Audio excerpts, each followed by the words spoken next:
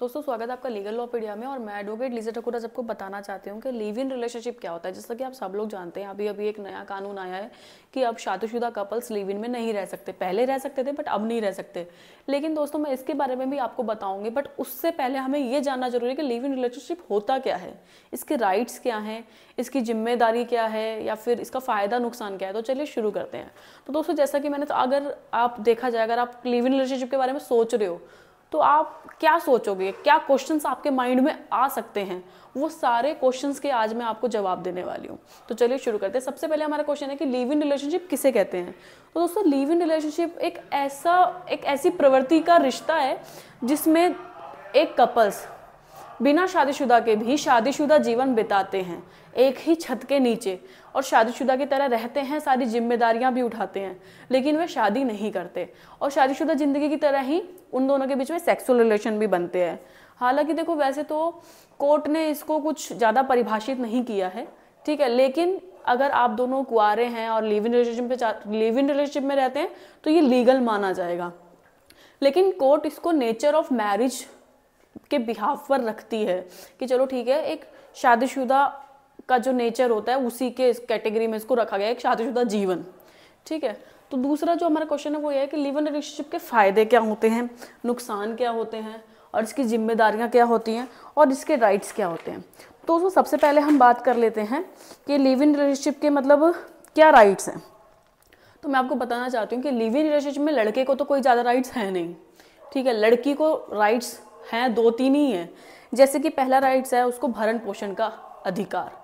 भरण पोषण का अधिकार 2 कंडीशंस, मतलब 2 शर्तों पे लागू होता है। पहला तो ये शर्त कि आप बहुत लंबे समय से एक दूसरे के साथ लिव इन में रह रहे हो, ठीक है, और आप इस बात को प्रूफ कर सके कि आप इतने लंबे समय से लिव इन रिलेशनशिप में रह रहे हैं, इसको प्रूफ करना पड़ेगा, तभी आपको भरण पोषण मिल सकता है, ठीक है। और दोस्तों भरण पोषण के लिए आप दोनों के बीच में सेक्सुअल रिलेशन क्रिएट होना बहुत ज़रूरी है, तभी वो लिव इन माना जाएगा, ठीक है। क्योंकि शादीशुदा जिंदगी में एक सेक्सुअल रिलेशन को बहुत अहमियत दी जाती है, तो इसीलिए लिव इन रिलेशनशिप में भी ये बहुत ज़रूरी होता है, तभी उसको लिव इन माना जाएगा।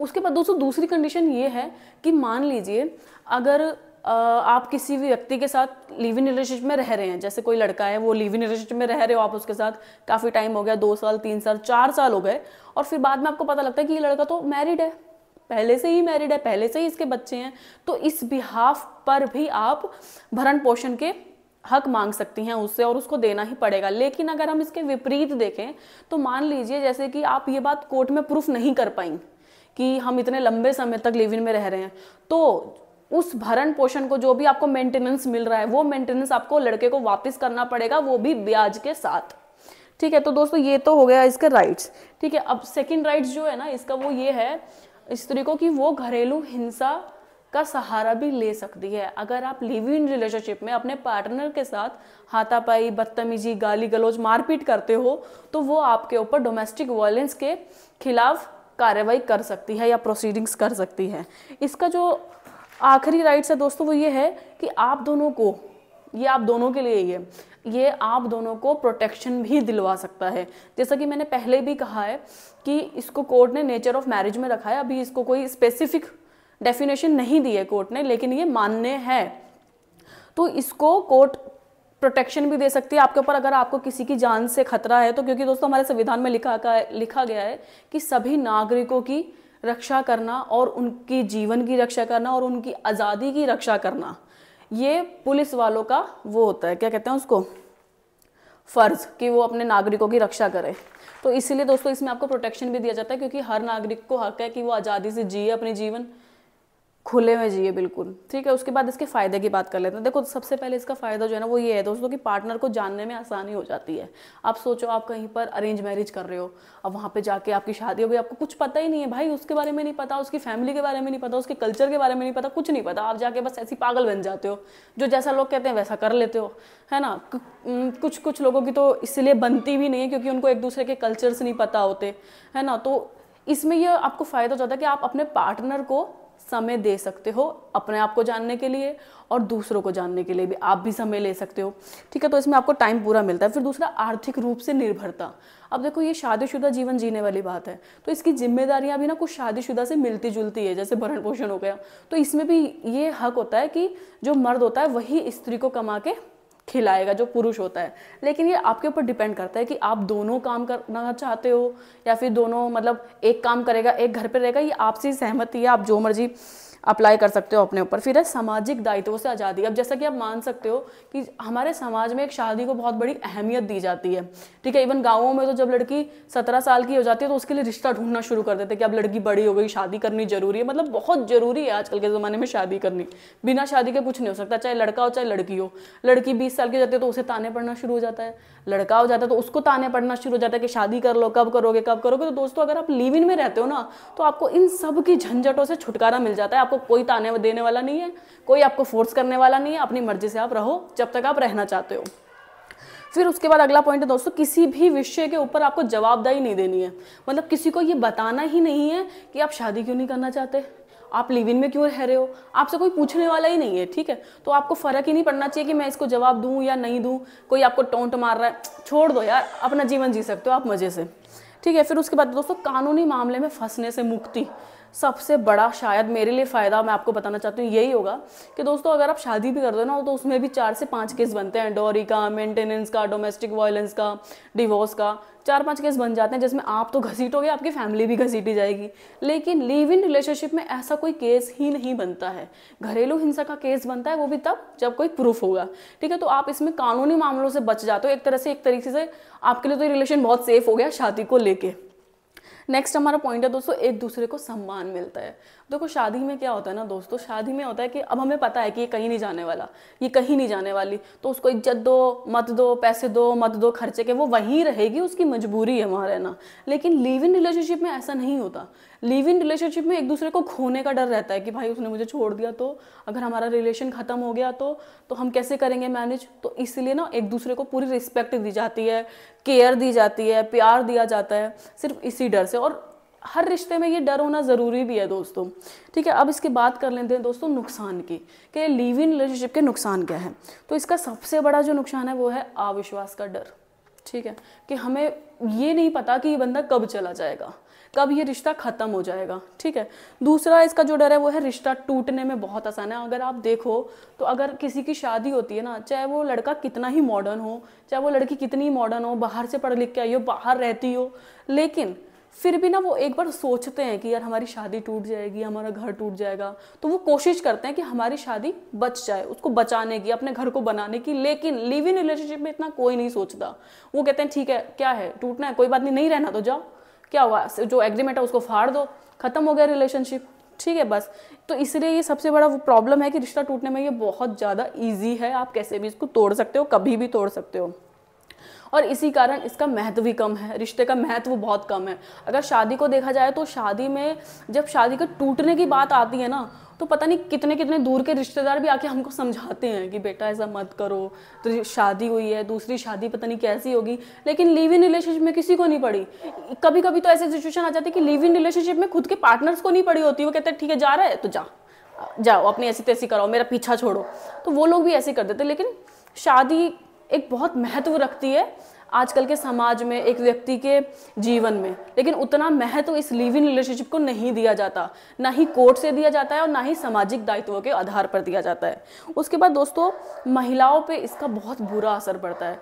आप खुद सोचो, जब लड़की की एक एज हो जाती है तो उसके घर वालों को कितना पोक किया जाता है कि अब तो बड़ी हो गई, इसकी शादी कर दो, क्या जरूरत है नौकरी की, जब वो पढ़ रही है और अपने घर में है। लेकिन आप सोचो अगर वो लड़की अपनी मर्जी से किसी लड़के के साथ लिव इन रिलेशनशिप में रहती है तो लोग उसका क्या करते हैं।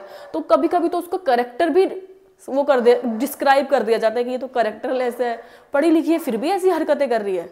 लेकिन ऐसा कुछ भी नहीं है दोस्तों। इसीलिए ना ये महिलाओं के लिए एक बहुत बड़ा श्राप माना जाता है लिव इन रिलेशनशिप, क्योंकि इसमें महिलाओं की करेक्टर, रिस्पेक्ट, लव सब खत्म हो जाता है एक तरह से। और कभी कभी तो फैमिली भी साथ छोड़ देती है महिलाओं के लिए। इसका जो लास्ट और आखिरी नुकसान वो ये है कि दोस्तों इसमें जो बेबी होता है ना, बेबी के लिए मैनेज करना बहुत मुश्किल हो जाता है। अब मान लीजिए जैसे आपने लिव इन रिलेशनशिप किया किसी के साथ, उसमें आपको बेबी हो गया, ठीक है बेबी हो गया, अब उसको जब वो बड़ा होगा क्या बताओगे आप कि हम दोनों ने शादी ही नहीं करी, हम दोनों तो अलग अलग लिव इन में रह रहे थे। ठीक है, चलो अगर वो बच्चा उस चीज़ को फेस भी कर लेता है तो जब कल को वो स्कूल में जाएगा तो वो बाकी बच्चों के साथ अपने आप को ना मतलब अनकंफर्टेबल फील करेगा, एक अलग सी फीलिंग्स हो सकता है कि वो डिप्रेशन में भी चला जाए कि मैं ऐसे पेरेंट्स का बेटा हूँ जिनकी आपस में कुछ रिलेशन ही नहीं है मजबूत, है ना। तो मतलब उसको वो सोचेगा मेरा कोई अस्तित्व ही नहीं है। तो ये एक बेबी के लिए भी बहुत बड़ा नुकसान हो सकता है, और बेबी के लिए नुकसान मतलब आप दोनों के लिए भी बहुत बड़ा नुकसान हो सकता है। तो दोस्तों अब बात कर लेते हैं जिम्मेदारी की। दोस्तों जैसे हम शादी करते हैं तो उसमें तो सभी को बच्चे को पता है कि शादी के बाद क्या क्या जिम्मेदारी उठानी चाहिए। जैसे कि अगर लड़का है तो वो लड़की का भरण पोषण का मतलब उसका सारा खर्चा वो उठाएगा, देख रेख भी वो करेगा। लड़की है तो लड़की घर में सारा काम करेगी और बच्चों को संभालेगी। अगर वर्किंग वूमेन है तो नौकरी पे जाएगी, फिर थोड़ा बहुत घर में भी हाथ बटाएगी। तो ऐसा दोस्तों लिव इन रिलेशनशिप में भी होता है। कोर्ट कहता है कि जब आपको शादीशुदा जिंदगी जीनी है तो उसके कर्तव्यों का भी पालन करना पड़ेगा, जैसे कि कमाना भी पड़ेगा, घर के कामों में हाथ भी बटाना पड़ेगा, और सबसे बड़ी बात लड़ाई झगड़े के लिए तैयार रहना पड़ेगा। क्योंकि दोस्तों देखो कभी कभी मिलने में, है ना, जैसे अभी किसी के साथ अफेयर चल रहा है तो हफ्ते में 1 बार मिल लिए, 2 बार मिल लिए, और कितने कितने घंटों के लिए मिल लोगे आप, 6 घंटे के लिए। लेकिन जब आप लिव इन में रहते हो ना तो आप 24 घंटे 7 दिन एक साथ रहते हो, और 24 घंटे 7 दिन एक साथ रहने का मतलब है कि उस इंसान का सब कुछ जान लेना, चाहे वो बातें अच्छी हो चाहे वो बातें अच्छी ना हो, आपको बुरी लगे अच्छी लगे, लेकिन फिर भी उसके साथ रहना है। तो दोस्तों लड़ाई झगड़े के लिए तो तैयार है। ऐसा ना हो कि अगर उस सामने वाले ने गुस्सा कर दिया तो ठीक है मुझे नहीं रहना लिव इन में, मुझे नहीं रहना, मैं जा रहा हूँ। तो ऐसी चीज़ अगर आप छोटी छोटी चीज़ों पे लिव इन रिलेशनशिप को तोड़ दोगे तो वो इलीगल ही माना जाएगा, वो माना ही नहीं जाएगा कि आप लिव इन रिलेशनशिप में रह रहे हो। उसके बाद दोस्तों इसका एक जिम्मेदारी ये भी है ना कि आप इससे उभरने की सोचिए। ठीक है, लिव इन रिलेशनशिप में ना ज़्यादा लंबे समय तक मत रहिए, क्योंकि जब आपको पता है कि ठीक है मैं अपने पार्टनर को अच्छे से जान चुका हूँ और लड़के को पता है कि मैं अपनी वो फीमेल पार्टनर को अच्छे से जान चुका हूँ, तो अब हमें इस लिव इन रिलेशनशिप को शादी में क्रिएट कर देना चाहिए। तब दोस्तों आपके लिए बहुत सहज हो जाएगा, आपके लिए भी, फैमिली के लिए भी और समाज के लिए भी, और वो सब आपको कबूल भी कर लेंगे, मतलब एक्सेप्ट भी कर लेंगे। चलो ठीक है अब तो शादी हो गई, अब तो क्या, आप बेबी करो, जहाँ मर्जी घूमो, किसी के पास भी जाओ, कोई आपको कहने सुनने वाला नहीं है। तो इसलिए अपने लिव इन रिलेशनशिप को ज़्यादा लॉन्ग टाइम ना चलाएं। फिर दोस्तों इसमें ना आप अनवांटेड प्रेगनेंसी से बच जाइए। मैं ये कहना चाहती हूँ कि इसमें इस चीज़ का बहुत ध्यान रखिए, क्योंकि लिव इन रिलेशनशिप जब क्रिएट होता है ना तो हर कपल की सिचुएशन अलग होती है। कुछ लोग कहते हैं कि अभी हम शादी नहीं करेंगे, गर्लफ्रेंड बॉयफ्रेंड है, शादी नहीं करेंगे तो हम लिव इन में रह लेते हैं, हमें एक दूसरे का नेचर भी पता लग जाएगा। तो उस लिव इन के चक्कर में क्या होता है, लड़की प्रेग्नेंट भी हो जाती है और नहीं भी चाहते तो फिर भी हो जाता है। ठीक है, तो उस समय के बीच में बहुत सारी प्रॉब्लम्स दोनों को फेस करनी पड़ती हैं, क्योंकि लड़की के बहुत सारे मूड स्विंग्स होते हैं, लड़के पे बहुत जिम्मेदारी होती है जो वो कैपेबल नहीं होता उठाने के लिए, क्योंकि ये एक मजबूत रिश्ता नहीं होता। इसीलिए दोस्तों अनवांटेड प्रेगनेंसी से आपको बचना चाहिए। अब उसके बाद अपने नेक्स्ट क्वेश्चन की बात कर लेते हैं कि लिव इन रिलेशनशिप के लिए एज कितनी होनी चाहिए। लिव इन रिलेशनशिप के लिए एज 18+ होनी चाहिए, चाहे वो लड़का हो या वो लड़की हो, दोनों के लिए ही 18+ मान्य की गई है अगर आप लिव इन रिलेशनशिप में रहना चाहते हैं तो। उसके बाद दोस्तों लिव इन रिलेशनशिप में कौन कौन रह सकता है। देखो ये बहुत एक अच्छा क्वेश्चन है, शायद इसके बारे में किसी ने बताया भी नहीं है, पूरे यूट्यूब पे मैंने जब वीडियो देखी तो किसी ने नहीं बताया। तो मैं आपको बताना चाहती हूँ कि लिव इन में कौन कौन रह सकता है। हमारे पास बहुत सारी कॉल्स आती हैं कि मैम मैं 21 रनिंग हूँ, मैं शादी कर सकता हूँ।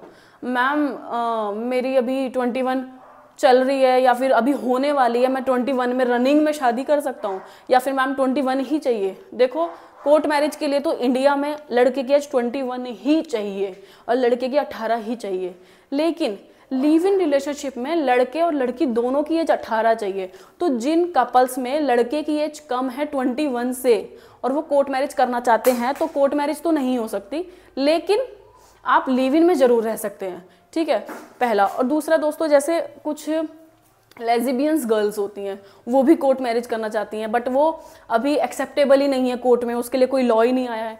तो वो लड़कियां भी जो जैसे मतलब लड़की लड़की आपस में रहना चाहते हैं तो वो भी लिव इन का एग्रीमेंट बनवा के साथ में रह सकते हैं। ऐसे ही कंडीशन लड़के लड़के के साथ है कि एक लड़का है वो दूसरे लड़के को पसंद करता है, ठीक है, उसका इंटरेस्ट लड़कियों में नहीं है, वो दूसरे लड़के को पसंद करता है, वो लड़के के साथ रहना चाहता है तो वही रह सकता है। लिव इन का एग्रीमेंट बनवाओ, उसमें अपनी टर्म्स एंड कंडीशन डालो जो भी आप डालना चाहते हो और आप लीगली उनके साथ रह सकते हो। तो दोस्तों ये तो हो गए हमारे इसके केस में कौन कौन रह सकता है। नेक्स्ट क्वेश्चन है कि लिव इन रिलेशनशिप को आप डिफाइन कैसे करोगे कि आप लिव इन रिलेशनशिप में रह रहे हो। अगर कल को कोई प्रॉब्लम भी हो जाती है, कोर्ट में भी बताना पड़ता है कि हमें लिव इन रिलेशनशिप में रहता है, तो कैसे बताओगे। आपके पास कुछ डॉक्यूमेंट्स होना चाहिए। जैसा कि मैं आपको बता देती हूँ, सबसे पहले तो आप लिव इन का एग्रीमेंट करवा लो कोर्ट से बाय एडवोकेट। उसमें अपनी टर्म्स एंड कंडीशन डाल दो, जो भी आप अपने पार्टनर से चाहते हो या वो जो भी आपसे चाहते हैं। एक क्या कहते हैं उसको, एक सलाह मशवरा वाला होता है ना कि चलो ठीक है समझौता टाइप का, वो करवा लो आप रेडी एग्रीमेंट में। उसको नोटरी से अटेस्ट करवा लो। जब वो और स्टैम्प पेपर पे करवाइएगा। जब वो नोटरी से अटेस्ट हो जाएगा तो वो लीगल हो जाएगा, बट उसकी उतनी मान्यता नहीं होगी जितनी एक कोर्ट मैरिज के सर्टिफिकेट की होती है, बट कोर्ट में वो एक्सेप्टेबल होगा, कोर्ट उसको मानेगी।